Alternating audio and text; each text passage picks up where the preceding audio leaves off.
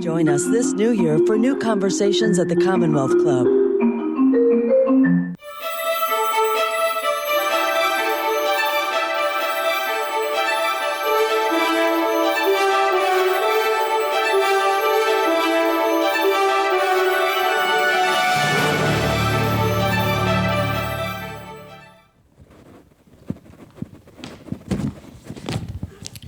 Good evening, everyone, and welcome to the Commonwealth Club.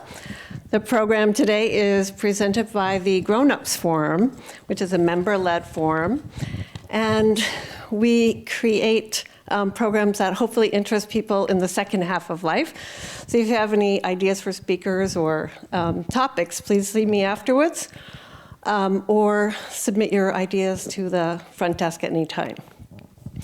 So tonight we're pleased to introduce Dr. Louann Brizendine. She wrote her new book called The Upgrade, How the Female Brain Gets Stronger and Better in Midlife and Beyond.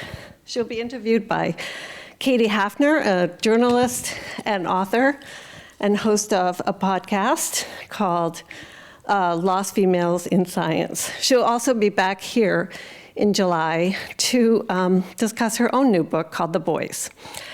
If you have any questions for Dr. Brizendine, if you could write them on this card that I can pass out later.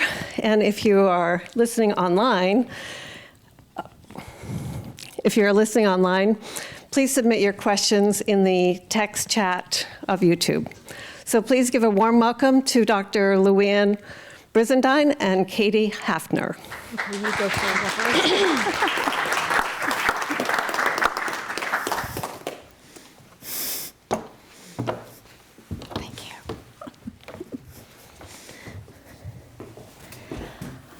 Wow, real people. I know, a real audience.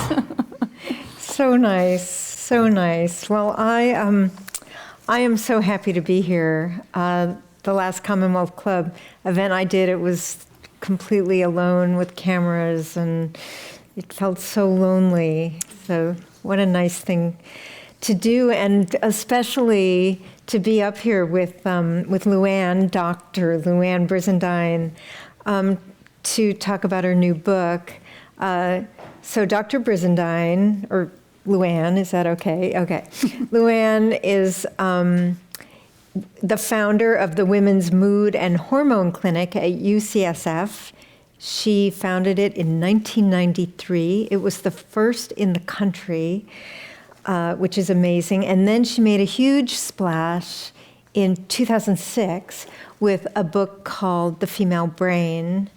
And I remember reading that, and which was epiphanous to me.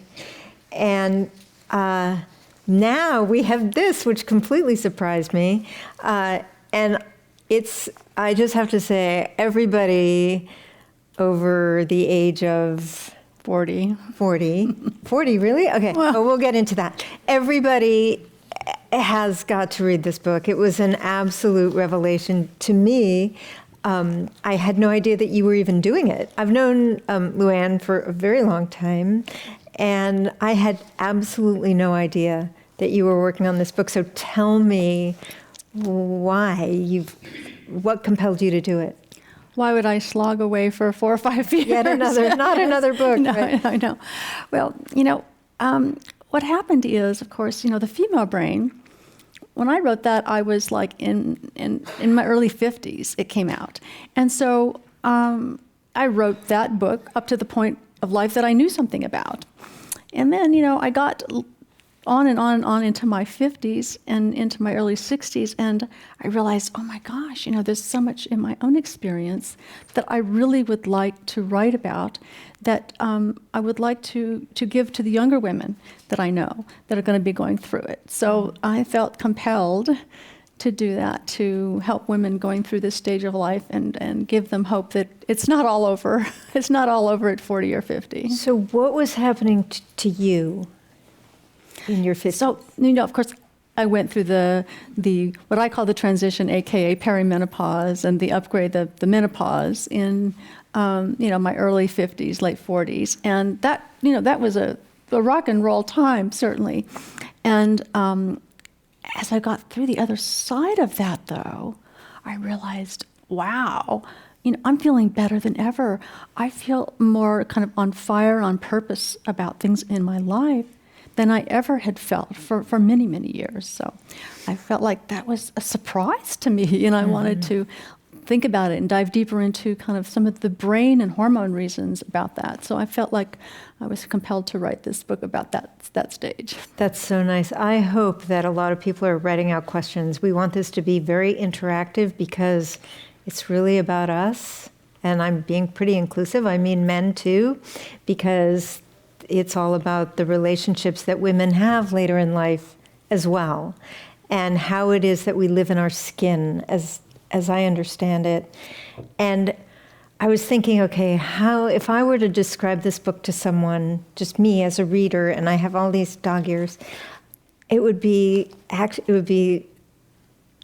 everyone, these are actually the best years of your life. And I want you to walk us through that first scientifically. Why, or do you agree? Do I agree? Yes. So, I mean, thank God we're not in our 20s. Wouldn't that just be a horrible nightmare? yeah. So let's contextualize it for a minute, because, and I apologize a little bit to the audience for not looking directly at, because we have lights in our eyes. It's hard to see you. So I know that hello to all of you out there that I do know, and thank you for some of my former students who are now also in the upgrade for coming. The contextualization that I wanted to start with is that we know from research studies, many of them, that actually each decade of our life, thinking about the 20s, each decade of our life, we get happier and happier. And it's known in the research biz, as the positivity effect. So that's just kind of like, that's the big umbrella for men and women. And I think that's a little known piece of information. And they've studied it all the way up into the decade of the 90s. I think they probably couldn't get, they had as many people as they could get in their 80s and up into their 90s. So, if you go back to our 20s and 30s, let's take a look at what's happening, with the menstrual cycle. Because one thing to remember is that the purpose of a hormone is to create a behavior. So give us some examples. So the hunger hormones make you eat, right? The sex hormones make you Crazy. make you search for a sexual partner, right? So those things we're very, very aware of and used to. And I think for women, this is something that men don't have, is that the up and down of the estrogen and progesterone of the menstrual cycle, of the 4 weeks that we start at about average age of 12 and go up until the average age of 51. So for a big chunk of that part of our life, we're on these waves of hormones. And why that's important is the first 2 weeks of the cycle, day one is day one of bleeding, so you count forward from that. That's when the estrogen is going up high. And it starts to peak about 2 or 3 days before ovulation. And the behavioral effects of that actually may surprise you, Katie, but it makes you be more flirtatious, wear a little more makeup, be a little more come hither. I read that, yeah. That was key. It's really key because the fertility dances for women is all like, comes to a head like 4 or 5 days before ovulation. I say that's how Mother Nature she made it so that we would get pregnant and procreate. So that's what's really going on in terms of the behavioral effects of the female hormones in the brain during the fertility years. And then, of course, it all turns around during the last part of the cycle. So it's constantly this ebb and flow, remaking the circuitry, the actual synapses in parts of our brain change from week to week, all during those years until the upgrade. So you call it, the full title of this amazing book is The Upgrade, How the Female Brain Gets Stronger, note that, and Better in Midlife and Beyond. So what beef do you have with the word menopause? So, the words perimenopause and menopause I call them fossil words because they are words that were made by the pharmaceutical industry and the medical community to denotate a condition of deficit. The deficit of the hormones. And it's not the whole woman approach. I mean, it doesn't talk about all of the other multi-layered transitions that we're going through in our life as women, of changing of our fertility years, changing of raising children, changing all of that complexity of the entirety of who we are is not captured in the perimenopause, menopause, postmenopause titles. Those are medical words that have to do with medical conditions. So I just decided to throw them out and talk about something that was going to be the whole woman approach to this transition and upgrade in our lives. I see. So, and there's something about language, the very language you use, and I just want to get it straight. I want to get your language straight. So the transition is from when to when, and then the upgrade is the transition taking us to the upgrade? Is that what happens? So I say transition, AKA perimenopause in some ways. And that I call it, and I break the transition up into 4 pieces because I want women to be able to also know what stage they're at if they're going through this. And the early pre-transition is probably age 37 to 41 or 42, which is when we've, that's some of my nieces are getting to that stage. And, that is a stage when your eggs are starting to run out. Remember, we have about 1 million when we're born. We don't get any more. By the time we hit 37, we're just starting to run out. So that's the pre-transition, and 42 to 45 is that early transition where your ovaries are starting to sputter a bit because they're not making as much estrogen as they used to, and then your pituitary gets very aggravated at that stage because it's not seeing as much estrogen as it wants, so it starts to scream at the ovary to make more.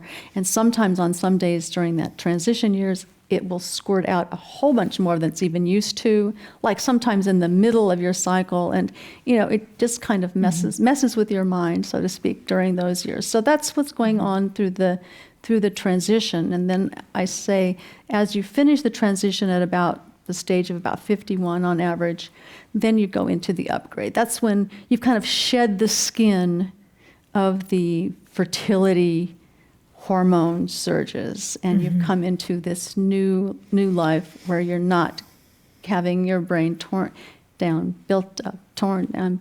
Right. And then, so I have to tell you, while I was reading this, I was thinking of something my mother used to say to me, actually pretty frequently when I would call her and whine and moan and cry about men. And she'd say, "Oh, just wait until your hormones all go away. It'll all be fine and you'll be happy." And I thought, oh my gosh, and now it's like, oh my gosh, she was so right. And then I thought maybe I should add up all the hours that I spent on that ridiculous quest, whatever it was. But reading this, and also my mother's wise words, it was there was a reason, and it's kind of not my fault, right? Bingo. You just said something that I think is so important for every woman to hear. It's not my fault. And I think that that's also true, just if a hormone's purpose is to make a behavior, it would be like saying, it's your fault that you're hungry, right? So it's not your fault that you're hungry. It's not your fault that you've shed that skin. You're not sitting in your apartment waiting for some guy to call you for days. That whole mess. Yeah. So, but I'm a little confused by something, which is hormone replacement therapy. If we were happy to get rid of them, why do we want them? So can you please address this? Okay, we want the good part, not the bad part. Okay. So that's a really important question. And the ideal is, and the reason, so the ideal status in the upgrade is that you have a consistency of the hormone that's going to be healthy for you. Let's say estrogen, progesterone. And you're wanting to not be on this wave of cycling that every day, every week, something is changing. So once you go on, if you are on HRT of some kind, most women do. I mean, in some days they used to some women asked to be cycling and have menstrual periods still up until their 80s and 90s. Most women do not want that anymore. They don't want to walk down that aisle in the grocery store ever again, right? So mostly women like the continuous version of the hormone. So it's steady, it's stable, you're able to really kind of have your feet on the ground and know how you're going to feel from day to day. And you're not going to have hot flashes and brain fog and sweating and not sleeping well and joint aches and pains, etc. So what you've said is that there has been this controversy over hormone replacement therapy, and let's talk about that because it's very important, because there's a whole generation of women who then just aren't on it. So let's talk about that. So we are now celebrating in 2022 the 20th anniversary of the Women's Health Initiative results of 2002, which within months got every doctor to sort of... Wait, what was the Women's Health Initiative was a long study started in the 90s, giving one big group of women hormone replacement and another group placebo. So that's the standard, that's the gold standard in science of clinical care of testing a placebo against an active ingredient, in this case, the hormones. And so that study came out and in 2002 and announced that all the good things we found some bad things. We found that when they reanalyzed the data after 5.5 years on the hormone group, there was a 0.1% increase in breast cancer. 0.1% meaning? Over the placebo group. Mm-hmm. Okay. So it was clearly very small, but it wasn't put in exactly that way at that time. So I just want to honor the fact that the media just took that and really ran with it, and it kind of exploded everywhere, even into the medical profession, and women were taken off of it. So that's why everybody was taken off of it. There's been a whole generation of doctors that have not been even trained in how to give hormone replacement therapy. Really? Like, as a matter of fact, wait till you hear this little piece of information. It'll blow your mind. In OBGYN residencies, to this day, only 20% of them get any lecture at all in hormone replacement therapy. Wow. Okay. And of the women OBGYNs that they surveyed 5 years ago, found that even though the OBGYN, female OBGYNs, were taking hormone replacement themselves, they often didn't recommend it to their patients because they were scared because of that. So let's fast forward. There's women then have been out there without access to any hormone replacement during these years, which I feel very badly about that because some of the women definitely need it. But in the reanalysis of all of the data, they found that the women, the study started, the average age that they started women on the hormones in this study was 64 years old. 14 years after, wow, 14 years after their menopause, their last period. And then they did a deeper analysis and found out that a whole bunch of women in one group had already had strokes and heart attacks, and some of them, had already had breast cancer. So it was a mess. So the data ended up being a mess, of course, and now it's been reanalyzed and felt that it was a very flawed study. However, and some of my friends at the NIH at the time told me, Luann, we hate to tell you this, but this is going to set women's research in estrogen replacement and estrogen back by 20 years. And of course, they tell me that in 2002, and I couldn't possibly believe it, but here we are 20 years later, and that is the case. So they also threw a bunch of women that had the breast cancer gene in there. They didn't separate out women with the breast cancer gene from the study. I know we look at it now, to be fair, 2020 hindsight, 2020 hindsight is one thing, right? And so lots of mistakes were made. It was a mess. But it's important to know that, if you're someone that does have the breast cancer gene, then you shouldn't take hormone replacement therapy. So set that group aside. For all other women, as long as you're getting your annual mammograms and you are having horrible, 80% of women have hot flashes and mood swings and trouble sleeping and achy joints and brain fog, as they go through this stage. And I feel that women should at least be given the opportunity to have a doctor that knows what they're doing to try to help them through this phase. So the North American Menopause Society and other groups find it that the 5 to 10 years in this period of life is a time when there's very little change at all in your risk to breast cancer if you take out the women that have had the genetic breast cancer risk. So it's great to talk with your doctor about it. Go in there and just sit down and talk about all your family risk factors, all the things that that you want to talk with them about, and have them become your, I call them, find a medical partner. Find a medical partner to help you through these years, is what I would say to women now. So that's where we are. That's my soapbox for that. Sorry, but I just have some very strong feelings about this because I've been living through it with lots of my women patients for the past 20 years. And so the women who came to my clinic, of course, the Women's Mood and Hormone Clinic, also had the added part of having a mood disorder or an anxiety disorder on top of it. And often they did very badly without their estrogen. And so they were very much helped by having their estrogen and not going through the 2 to 3 time increase in depressed mood during this transition years.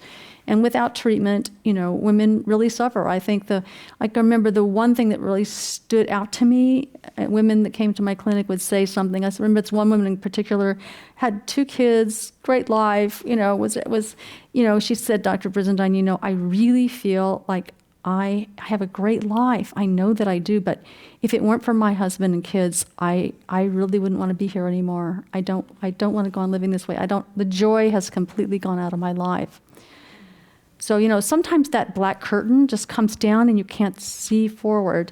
And of course, we put her on, her hormone replacement therapy, and we got her sleeping again, and she ended up feeling a lot better within about 3 or 4 months. So I just feel that we need to open our minds again and encourage women to find partners, knowing that the medical profession out there is still like 20 years behind in trying to help women through this transition into the upgrade.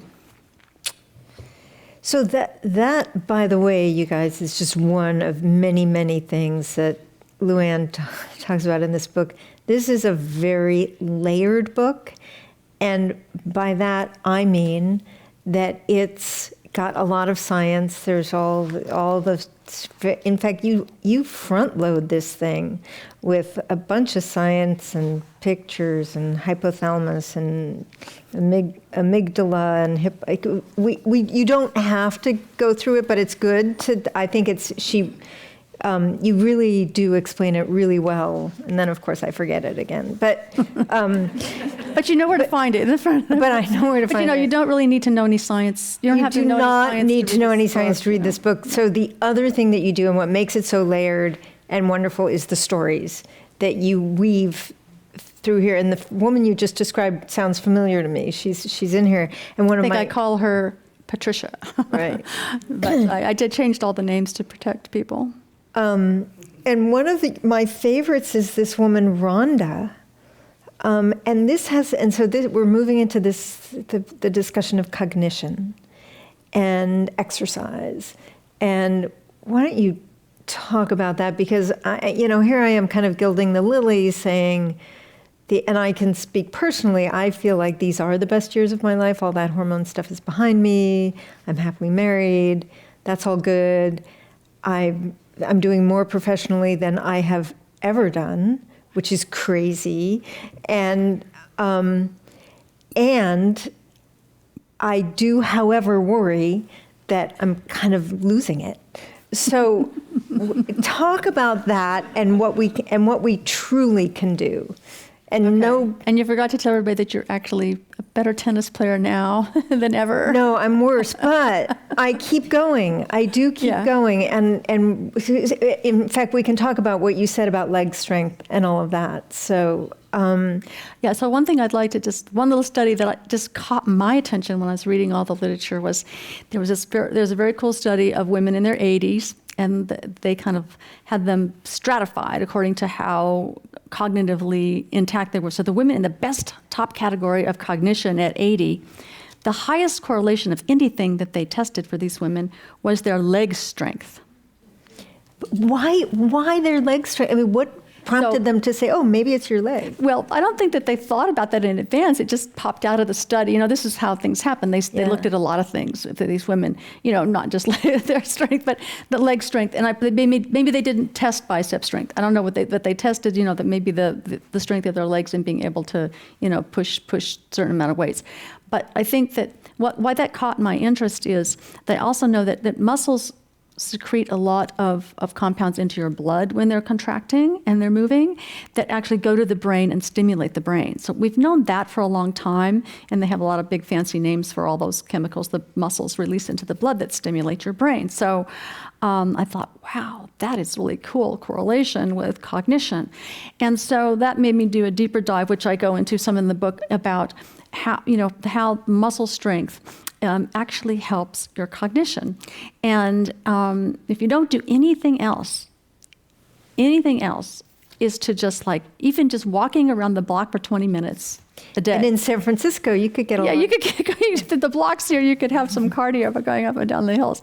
So it's cardio. The cardio 3 times a week for 30 minutes is the gold standard. And so there's much. I'm sure a lot of you in this room are a lot more active than that. But just the basics of continuing to keep moving. What I also tell women is that. And I actually I do some of these 10 or 15 second tips that I've been doing on TikTok lately. And so I put this little. Wait, you're on TikTok? TikTok. Yeah, that's a little. Right. Yeah, I heard of it. Yeah. Instagram and TikTok. Yeah, at any rate, about, so the issue is just one of the biggest muscles in a woman's body is your glutes, right? Your butt muscles. So wait, you're on TikTok? I'm confused. The publishing companies these days want you to do little things. So I kind of got into doing a little bit of this and that. And then I got more into it and I said, okay, I can put some very cool tips for the female brain, for female brain power out of the book on these little TikTok things. So, wow. So you've done that. Yeah. I've been doing that for a couple of months. So the one that's gotten the most excitement, the most, 6,000 or 7,000 views in the last week or so was I did one on basically you do 1,000 butt squeezes a day. It's a way to increase your female brain power. So when you're brushing your teeth, when you're sitting at your computer, when you're standing at the grocery store, just think butt squeezes. Excuse me, ma'am, you can remove your card now. Busy. That's great. Okay, so you got some take home from tonight, right? You at least know that you're supposed to do butts. Well, and the books were meant to, probably, So this is not just a female thing, but that's okay. So that's super interesting, but also, the reason I brought up Rhonda is that she has a super difficult story. Her daughter is a mess. She falls, right? Falling, I might add. I've written quite a bit about falling.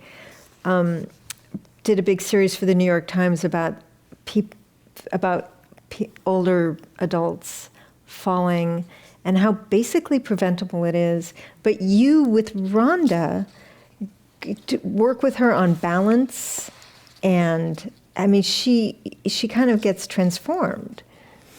So tell me the idea of the remember, everything in the body is kind of homeostasis and balance and harmony, and what is, if you think also of a horse, when they go down, when a horse goes down and can't get back up and move, that's it. Their life is over. Well, think of yourself that way too. It's like you have to keep moving, otherwise, your life is going to be over and your brain is going to, basically rot. So, well, right down to her pronunciation. Yes. So talk about that. Yeah. So a lot of balance. So there's there's all kinds of signals that come. If you think about all of you think about standing on 2 feet. And you're going to lift up one, you're going to stand on that 1 foot. That's not so easy for a lot of us, especially, as we get older. But that's incredibly stimulating to your brain, to your whole nervous system, because it's feeding back information on exactly, on gravity, on how you're going to have to signal all those little tiny muscles in the leg that's trying to hold you up while the other one's off the ground. And it's sending signals up to your motor cortex, which is kind of like the headband area across your brain. It's also sending through your cerebellum. And the cerebellum, you may have read the part in the book about the Right, cerebellum. about just how connected it is to absolutely everything. So cool, because 80% of its connections are actually not to the balance. It's also going through the emotion areas and into the cognition areas, not to make you think or anything, but it's editing any mistakes that are happening. You know, it's for the balance. It's kind of editing mistakes that you may be making. So it stimulates all kinds of parts of your brain, the balance part. So, and it can actually help not only cognition, but mood, and stimulate your entire neuromuscular system, including your speech. So then it ends, the Rhonda section, with, I asked her to practice alternate nostril breathing. And that's actually a big deal. And so talk about, and it was completely new to me. How many people have actually Raise your heard of hand if you alternate- know what alternate nostril Oh my breathing God, is. everybody knows Oh, about it. baby. Okay. We got a sophisticated audience here so tonight. Okay. For our audience out there in the ether, let's talk about that. So it's a technique that's been used for actually probably thousands of years, kind of in the meditation world, through the Tibetan and the Buddhist meditation world has been using alternate nostril breathing for a long, long time. So they discovered that it does something helpful to your nervous system. So I'll just show you guys what to do. If those of you don't know, if you just take your right finger, your right index finger, cover your right nostril and breathe in through your left, and then cover your left and breathe out through your right. And then do the same thing again. Breathe in through your left, out through your right, and in through your left, and out through your right. Now you're going to continue and breathe in through your right, and out through your left, and in through your right, out through your left. And for the final three, you're going to just do normally breathe in your nostrils, and then out for both of them, and in, and out, and in, and out. And what that helps do is it calms your vagal nervous, your parasympathetic nervous system. Also, all the little hairs in your nostril on one side, it kind of signals the brain that something different is happening. So it really focuses your attention on that in-breath that's triggering all the little hairs on that nostril, and then the out-breath on the other. So it's triggering lots of nervous system to pay attention, focus, but also it's calming your vagal nerve system, your parasympathetic nerve system down. So it's a way that you can just calm your whole stress system down during the day. You can do this anytime. Somebody's going to think you're maybe blowing your nose if you have your mask on or something. great. But Well, I started it right when I was reading that section. I have really bad allergies, so I was having trouble with one of my nostrils. So then I blew my nose, and it actually, I think it's, whatever it is that you can do that centers you. I mean, what this book is, it's the other layered part of it. There's the science, there's the stories, and there's the prescriptive side. And what am I missing? Which other parts of which layer am I? I think you've got those, all the sides. Yeah.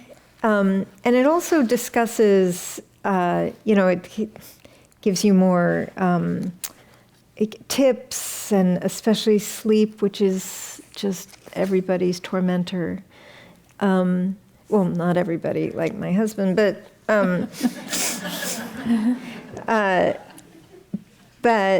sleep. I want to get to questions quickly because there are a bunch and they're really good. So, but let's talk about sleep because. So let's ask the audience for a minute, though, just for a minute, to see how many of you have, in the course of a month, have any couple of nights that you might have trouble sleeping. How many of you? Oh, no one. So so that's like the majority of the audience. So the reason that's important, especially for the female brain, or as we go through the second half of life, is that you want to do everything you can to keep your cognition active.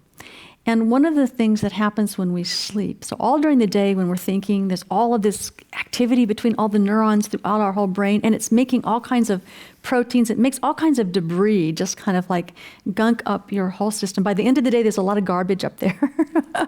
There's a lot of garbage in the brain. And when you sleep, these cells in your brain kind of slightly retract. They kind of shrink down a little bit, opening up all these little pathways for the river of the cerebral spinal fluid to kind of just flush out all the garbage, which there's other cells that actually help with that too, just to get rid of the garbage. So sleep, if you're not getting at least 6 hours, of really good sleep a night when you're in your 50s, and actually when you start in your 60s and 70s, you really should be more like up at the 7 or 8 hours sleep to try to just flush the garbage out of your brain. So I just wanted to tell you the reason why you should really focus on some of the aspects of sleep. And I gave you I give you Luann's prescription for sleep in here, which is, if you do anything in terms of habit change that's going to make your brain healthier, it's focus on getting your sleep cleaned up and clean up your circuits in your brain. But it can be so much easier said than done. Oh boy, don't I know it? I mean, I've worked at that for years, and it's finally getting a little bit better. I still have a few nights a month where something's going on, and I just something is rattling around in my brain, and I just can't. I mean, and you give us all these impossible tasks, like don't eat after like noon. 6 o'clock. Oh, No.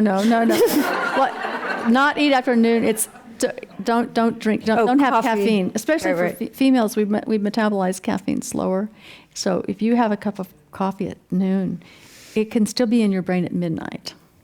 oh wow. Okay. So you just, Chocolate, no. Oh, the dark chocolate kind. I think milk chocolate's a little less. Just look at but caffeinated drinks, those energy drinks or caffeinated drinks or anything caffeinated in the afternoon is probably still going to be in your brain at midnight. So just, obviously you can't do everything perfectly, but if you know kind of what will make it clean up your habits, then you can at least like if you're sailing, you can at least set that as your point that you're going to go towards, however erratically. right. Be kind to yourself, as they say in the Very much self-awareness kind biz. to yourself. But I just have to ask you, when I saw no wine, I'm like, really? I mean, I have to say that before I came here tonight, I was a little early and I went to Boulevard and went to the bar. Why is this funny? And it was heaven. I mean, of course, I shouldn't have because who knows, I might get COVID. But it was just lovely. And so there's the wine, but there's also the ceremony of the wine. And the environment and the social part of it. And if I had ordered a Diet Coke, it just would not. Well, I Diet can't Coke have would have that. been bad for you. I know. It's been bad, like, what, cranberry juice, whatever I could have, or I don't know. It wouldn't be the same because alcohol is what they call a social lubricant, and it's an anti-anxiety. It's one of the best anti-anxiety medicines. It's the oldest anti-anxiety medicine. But you say, Luann, just go cold turkey, like none at all. And Well, let me tell you what happens with this. We're talking about sleep, okay? The sleep piece is what we're talking about. Context of sleep. The context of sleep is that if you drink alcohol, it may put you to sleep later at night, but you will then wake up a couple of hours later. Alcohol then, because as the blood level drops, it wakes you up. And it's also dosage dependent. It's like how much you drink. So I suggest that people, if they're going to try to really do something religious about the habits for sleep, they might try having a glass of wine at 6 o'clock at dinner. And that's it. Because if you So have that's any okay? closer, that's okay. But any closer to bed is going to mess up your sleep. Oh, that's okay. We can do that. Listen, you were at 5 o'clock over there, Boulevard. You were within my limits, Katie. I was so happy. Okay. Okay, so let's start with a question from a man. Remember them? Okay. We men are wondering about women's sexual desire after the, quote, upgrade. Well, that's a context, and so thank you for letting me know that's a question from a man, because, it's like your mother said, right? When you have a lot of sex drive and libido, that means that that's something really important to you in your life. And that hormone, when it's not there, it's not causing that behavior, right? So if that hormone is not there, then that behavior is not going to be there. Even for men. I mean, if we gave this guy that out the question, if we gave him if we gave a testosterone blocking agent for a week, he wouldn't care about sex either. Believe it or not, guys, it's true.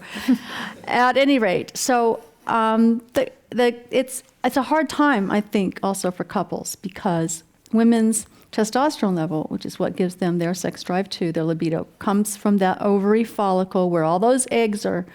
And then the eggs are gone, the follicles are gone, and we're not making the level of testosterone we used to make by a long shot.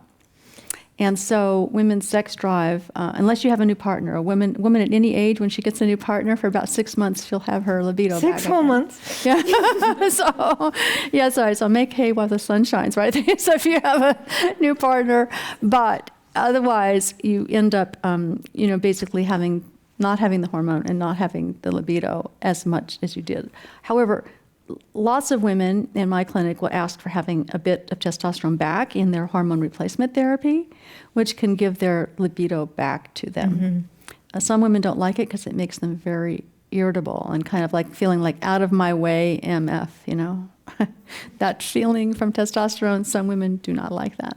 So, and do you get the sense that they're doing it for themselves, or they're doing it for their... Usually it's for the relationship. I mean, it goes both ways. It's individual, so individual. I mean, I think women who've had a high libido all of their life, and all of a sudden they start not having that hormone and not having that feeling, they may really miss it a lot and want it back. So it's individual. And some women, and also, I've had women where... I remember having one woman in the clinic, we gave her testosterone back to her. The pharmacy made a mistake and gave her the male dosage instead of the female dosage. She called me up about 2 weeks later. She says, Dr. Brizendine, it's just kind of an embarrassing thing to say, but, ever since we started using that testosterone, she was a school teacher. She said, I'm having to go into the ladies' room in between classes and relieve myself. Now I know what it feels like to be a 19-year-old boy. Oh, that's great. That's great. Well, she was interrupting her life. And lots of women find that it makes them have an orgasm way too fast. It just kind of goes blip, blip, it's over. Oh, interesting. So it's an individual thing, and I think it's worth trying out, test driving, feeling how, the other compound DHEA, which I talk about in there, is a precursor to testosterone, and a lot of women can get that put in their custom-made pharmaceutical hormone replacement therapy from the compounding pharmacies. Will do that for you. So from what you're saying, it sounds like the hormone replacement therapy. It isn't that you just get prescribed a patch. I mean, it has to be pretty individualized. Well, one size doesn't fit all with this. But one size didn't fit all with the birth control pill either, or with it. I mean, one size never has fit all in medicine. We try to lump everybody. We try to make medicines fit 80% of the people, but it never fits people perfectly. So this is a little bit more difficult because there aren't enough doctors out there doing this and trying to individualize it. I don't know how many of your girlfriends have, not been able to find any, but there are very few women doctors or doctors in San Francisco as you now said, doing this. Who even learned? Yeah, who even learned. And some of them are the older ones that knew before are retiring. So we've got this big hole. So any of you young doctors out there, anybody that's going to be training, please train in the hormone replacement therapy area because we need you. So speaking of which, here's a question. Could I benefit from HRT at age 69, or is it too late? Well, okay. I think it's a very individual question, right? And in the 1990s, this is going to be a little kind of off the topic, but basically you would be told by your doctor no at this point. It's 10 years.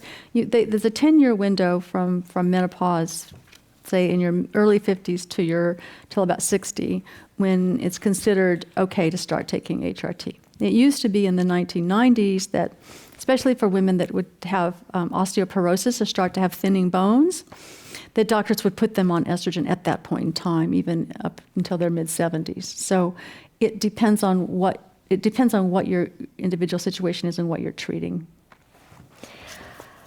And you kind of addressed this, but maybe it bears repeating the question, can HRT help depression?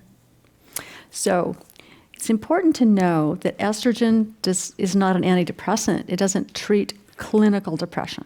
However, in that transition phase that you're going through, aka the perimenopause, and a bit of the postmenopause, estrogen has been shown to be a support to your mood and just makes you not feel quite so joyless and dark, which is different than, we're talking about clinical depression as a type of thing where you're not maybe eating or sleeping, you're ruminating, you're not able to go to work, you have a true on biological clinical depression.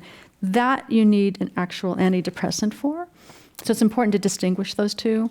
But the hormone replacement therapy does give a boost to a lot of women's moods who don't have the clinical depression. Yes. Mm-hmm. And in fact, you are not a huge fan of drugs in general, particularly things like, you have a story about Benadryl in here.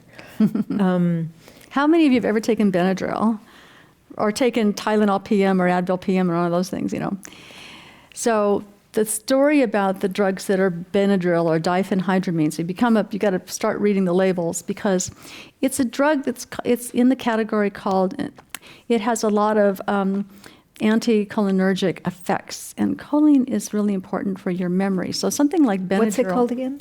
Anticholinergic effects. So it blocks acetylcholine, which is your main neurochemical used for memory. It's one of the main ones used for memory.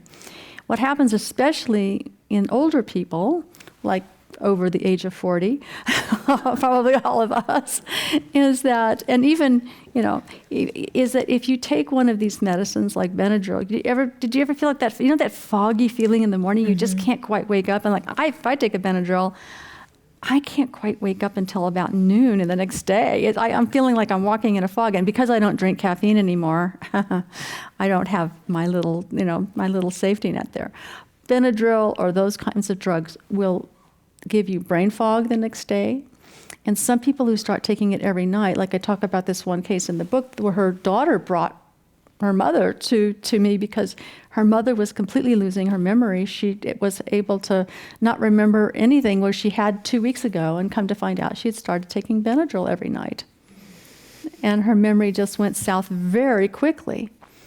So you've got to be careful with over-the-counter drugs and lots of the antidepressant drugs, especially the older-fashioned ones, and the ones they're now using for patients for pain. They give you nortriptyline or amitriptyline or, Elavil. One of these pills to help with pain, the neurologists give, they're anticholinergic and can also mess up your memory. So it's really important, if you've started anything new and you start to have any kind of memory effects or any other side effects, please look first to the medicines you're taking before you think you're going to have Alzheimer's within the next year.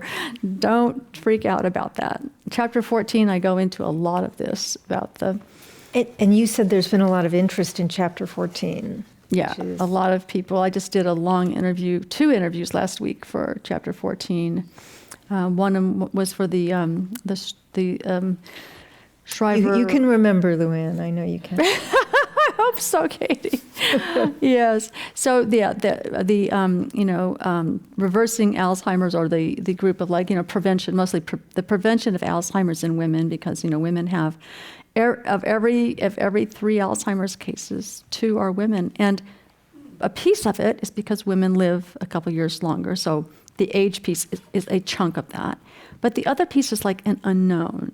And so a current hypothesis that they're working on, which those studies won't be out for another 5 or 6 years, is that it's because of the menopause transition and losing all of our estrogen between age 49 and 53 that sets us up to have more prevalence of Alzheimer's. Oh, wow. So those women that may have the ApoE4 variant, or 2 of them, or have a history of their mother, grandmother, everybody having Alzheimer's, wanting to have them take estrogen for prevention. You'll hear a lot about that probably in the next 4 or 5 years. That's kind of become a hypothesis that they're working on. So stay tuned for that one. Yeah, that's super interesting. And are you a proponent of doing things like learning to play chess or an instrument or a language? Or do it only if it's fun. I don't know. It's like that's if they've been, they doing the crossword puzzles or doing chess or starting to learn a new language, all of these things that are supposed to help your cognition. Do them if they're fun, because if they're not fun, it's not going to get your dopamine going. It's not going to be something you're going to stick with. So I would take up new things that are fun for you. Mm-hmm. And if you get the side benefit of, cognitive boost. Okay, like there's women. So some of you in the community may know Brenda Way, who's for 50 years run ODC, the dance company in town. And she told me the story of her mother in her 90s. Her mother in her mid-90s started a tap dancing troupe. Oh my God. And I tell her story, this tap dancing troupe, she would go around all of the senior living places with her troupe. And they do tap dancing performances. And I think she passed away a few years ago at 105. At any rate, she was the movement and the tap dancing became her passion. Well, that reminds me of an important thing that you touch on in the book, which is this whole question of connection, and its polar opposite being isolation. So there's social isolation versus loneliness.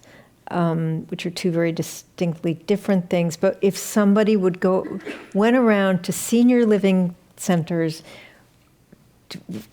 tap dancing, that's like the ultimate in connection. But you also underscore this with just how important connection is, and how we're just at the tail end, we hope, of so much lack of connection, yes, which has been so detrimental to our health.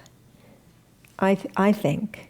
What do you think? I agree. I think that I think it wasn't our shutdowns and our isolation from the pandemic has been for all of us. It's been a little peek into to the world of being isolated, and it depends on what your social situation is and who you've been living with. So some people have had more than others, but I think that it's the lack of stimulation. People are really starting to really grate on people, and I think probably older people in particular, because I think what a lot of families have done is a lot of families have just stopped doing things with the older people in their families because they don't want to expose them, keep them safe, and so the older people in their families have ended up basically being much more isolated from their families, and the habits of 2 or 3 years, people are just leaving the older people in their families out now, which I think we haven't heard the end of that story yet. But circling back to this question of intimacy, physical intimacy isn't a binary thing. It's like not sex or no sex. I think that when you talk about, a hug, for heaven's sakes, or holding hands, and why is that important? Well, physical touch is really important, no matter what size or shape it's in, and it basically communicates that you matter to me. And what is it doing physically? And so, just neurologically, so it's funny how science does these things, but a 20-second hug releases oxytocin in your brain. Everybody knows about And oxytocin is called the love hormone. It's not OxyContin, it's oxytocin. It's oxytocin. Maybe some of the same feeling, I don't know. But at any rate, there's, touch is so important neurologically to just indicate that you matter to somebody, that they validate that you care. And I think that that doing everything you can from every direction, the movement, the physical touch, the communication with others, being part of groups or part of a community, all of those things really matter more and more, I think, as we go through the decades than we ever thought possible. I think it's a 15-year decrease in your longevity if you are socially isolated. Yeah. That's a whopper. It is a whopper. It's very, very scary.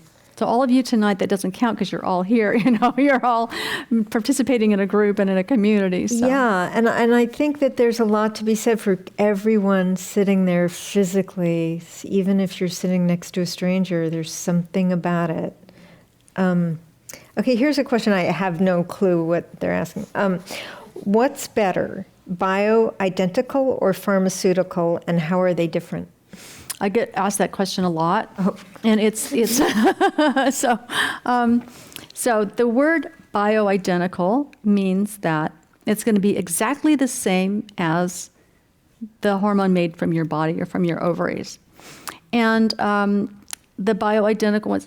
So bioidentical ones are also made in the lab. A lab, they're going to synthesize an identical hormone to what you have in the lab, versus synthesizing one that's sort of like the ones you make, but is slightly different. So the receptors aren't all the same. So the big to-do about taking bioidentical versus the synthetic ones is we already have all of the receptors for the bioidentical ones. Why not just use those? And that makes sense, and that's what we usually start with now.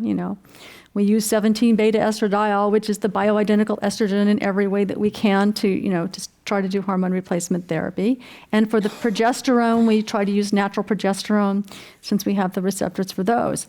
But that doesn't mean that the synthetic ones don't also work. They're quite robust. Almost all of the hormones in the birth control pills are all synthetic, so they're not making them bioidentical there yet. So they're not. It's not that they're necessarily better or worse. It's this that they may have fewer side effects. So we like to start with them, and if you can get balanced on those. Remember anybody ever heard of the drug called Premarin, the one from horse urine? And it has 17 different estrogens in it. And is that a menopause drug? It's estrogen made from the urine of pregnant mares. And so the reason it started that way is because it was before we knew how to synthesize it in the lab. We didn't know how. So we started off by just collecting it from pregnant mares. Wow. So that's how it started out before we could synthesize it in the lab. And it's not that it's a bad compound. I don't know anybody ever take that in this audience. I mean, it's a fine 17 different estrogens in it. And 3 of them are actually better from the brain than our bioidentical ones are, they've found. So, the jury's still out on that. So I wouldn't just throw the bioidentical ones as being the be all and end all. So I think working with what's working best for your body and gives you symptom relief and gives you better sleep and less hot flashes and less brain fog and more joy in your life, that's what you should be on. But speaking of which, somebody asked, talk about HRT withdrawal. Oh, that's one, because we even had a little exchange about some of that the other day, because doctors now, it's a complicated thing. You get on that in age 50 and then age 60, the doctors are being told to take you off of it, right? And nobody really wants to go through withdrawal, because if you take estrogen away from somebody, you will go through hot flashes, vaginal dryness, et cetera, joint pains, brain fog. I bet huge depression. I mean, I'm guessing sleep deprivation as well. I mean, it sounds awful. So the jury is still out on, because the research studies are a little bit behind where women are now. I mean, a lot of women in their 60s are still taking their patch. I know I'm still taking my patch. And I personally don't plan to stop it unless I need to for some reason. But the medical lore, right? I mean, the medical guidelines right now say that you should have women on it for no more than 10 years. You definitely should not put someone on it 10 years post-menopause. Mm-hmm. That's the current thinking. Oh, okay. So we don't have that much time left. I want to make sure we get any more questions that we can from the audience. And since we have Luann right here, and I'm trying to put my finger on why I found this so epiphanous. It felt like, you know how it felt? It felt like a validation. I've worried that the fact that I've become so busy later in life is that I'm worried I'm running out of time. Is that something that people say to you? They just feel an increased passion about what they're Yeah, doing. It's not so much you're running out of time, but you do kind of feel like, well, I better get it. I mean, I've got this energy and this focus right now. I want to do it while I can. And not just that, and this gets to how lamentable it is that older people, women and men in society, aren't valued, is that I feel like I have this accumulated wisdom that, and you talk in the book about how men are considered wise, older men are considered wise, and older women are considered cute.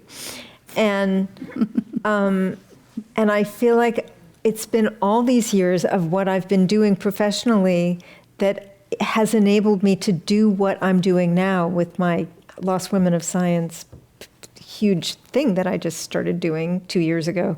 So are you, it seems, however, from these anecdotes in the book that you have trouble convincing women of this, that they have this wisdom and accumulated knowledge to impart to the world. Is that true? Exactly. I mean, I think that, what comes to mind is that phrase, a co-created reality, right? So, a person at any age, whatever it is, we respond to how people treat us, right?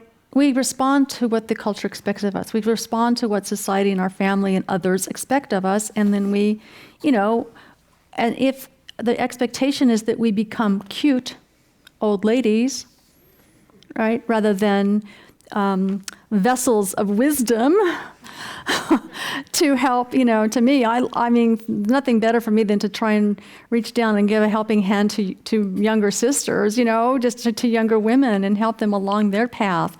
I mean, I feel a passion for that. And I just feel like, if women felt that that's what was their purpose, whatever it is that's your purpose, that it's going to be validated, rewarded, waited for, needed, by society, that's a whole different kettle of fish than thinking you're going to be an old, cute lady. I mean, come on now. I mean, I don't know about you guys, but I'm not planning to be an old, cute lady. Yeah, I agree. So I haven't actually asked you if this yet. We talked about it the other day on the phone.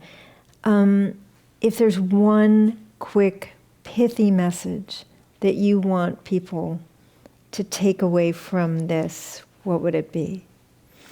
Well, I think what I'd like people to really get from the book, just in a nutshell, is that, this time of life that we typically call the menopause transition is a time when the female brain remodels itself for the better, allowing us to be more clear and have a new power and also have an intense, laser-focused purpose in life, if we know how to seize it.